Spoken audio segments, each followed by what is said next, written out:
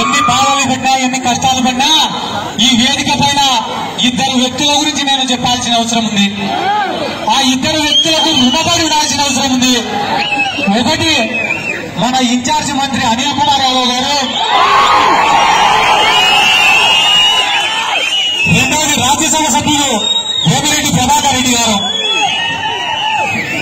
అనిల్ అన్న నా జీవితంలో అంత కష్టపడే వ్యక్తిని నేను ఎప్పుడు కూడా చూడలేదు.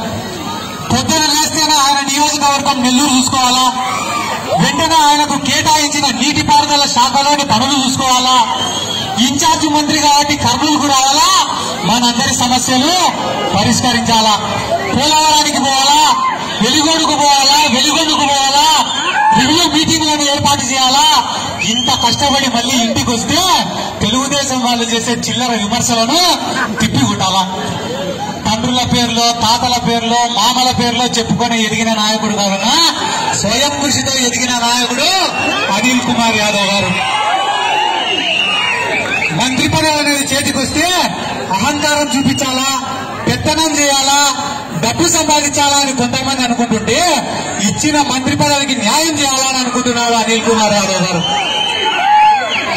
మనకు చేసిన సాయానికి జీవితాంతం రుణపడి ఉంటామని చెప్పి ఇంతమంది కొన్ని వేల మంది సమక్షంలో అనిల్ కుమార్ యాదవ్ గారి కూడా తెలియజేసుకుంటూ, అదే రకంగా వేమిరెడ్డి ప్రభాకర్ రెడ్డి గారు రాజ్యసభ సభ్యులు అర్ధరాత్రి 12 గంటలకు ఫోన్ చేసినా అన్నా మాకు ఫలానా సమస్యలు ఉన్నాయంటే వెంటనే స్పందించి ముఖ్యమంత్రి గారి దృష్టికి తీసుకొని పోయి మన సమస్యలను పరిష్కరించిన మంచి వ్యక్తి వేమిరెడ్డి ప్రభాకర్ రెడ్డి గారు.